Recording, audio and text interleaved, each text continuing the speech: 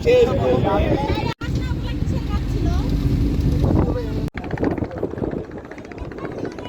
দাদা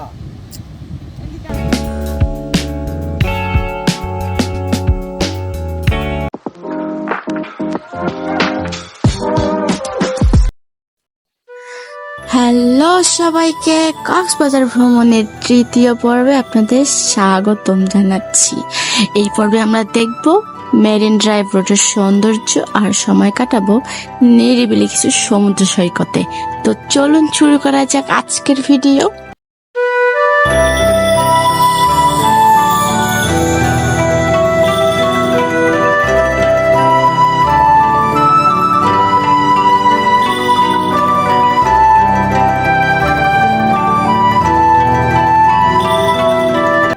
পাশে পাহাড় আর এক পাশে সমুদ্র, আর মাঝে মধ্যে ঝাউবন। এই যেন এক নৈসর্গিক সৌন্দর্য।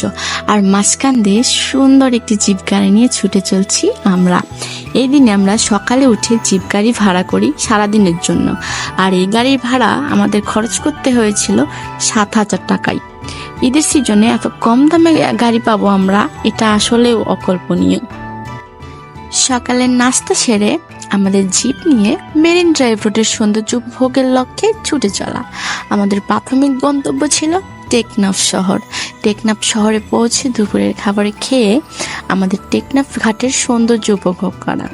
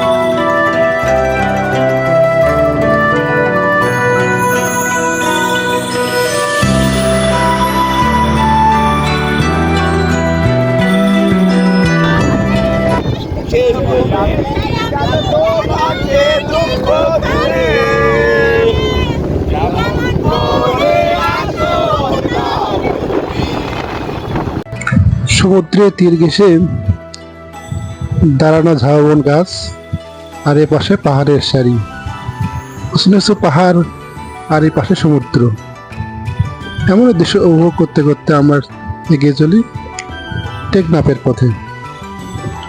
আসলে মেরিন ড্রাইভ রোডের সৌন্দর্য অসম্ভব সুন্দর।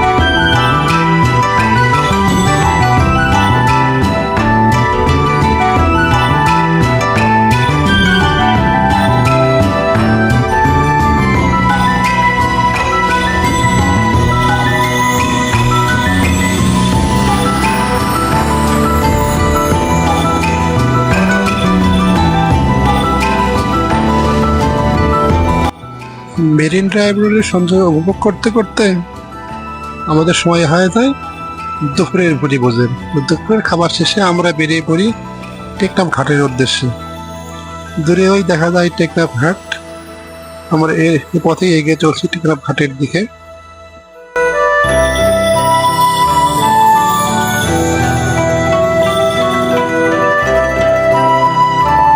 টেকনাফ ঘাটের রাস্তাটা মহেশখালী শুটিং ব্রিজের মতো।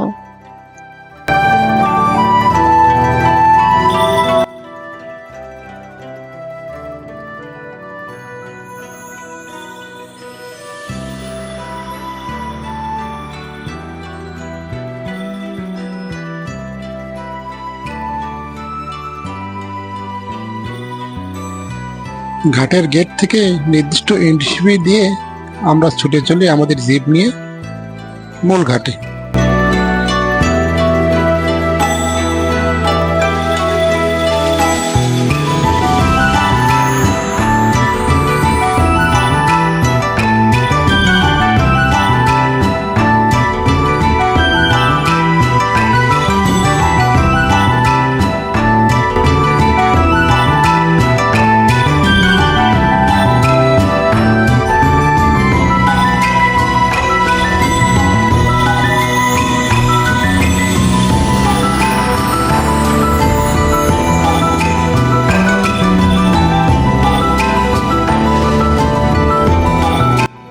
ঘাটটা আসলেই অনেক সুন্দর। নাফ নদীর বুকে দাঁড়িয়ে থাকা এক সুন্দর স্থাপনা।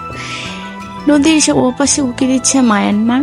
ঘাটে কিছুক্ষণ ফটো সেশন করে আর নদীর সৌন্দর্য উপভোগ করে আমরা চলে আসি একটি নাম না জানা নিরিবিলি সমুদ্র সৈকতে। এরপর আমাদের কক্সবাজার শহরে ফেরা।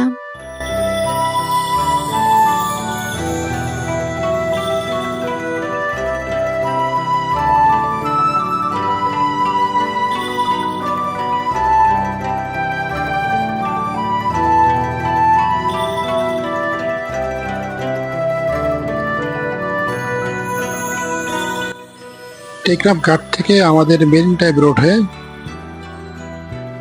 টেকনাফ সমুদ্র সৈকতে পৌঁছান। দূরে দেখা যাচ্ছে টেকনাফ সমুদ্র সৈকত।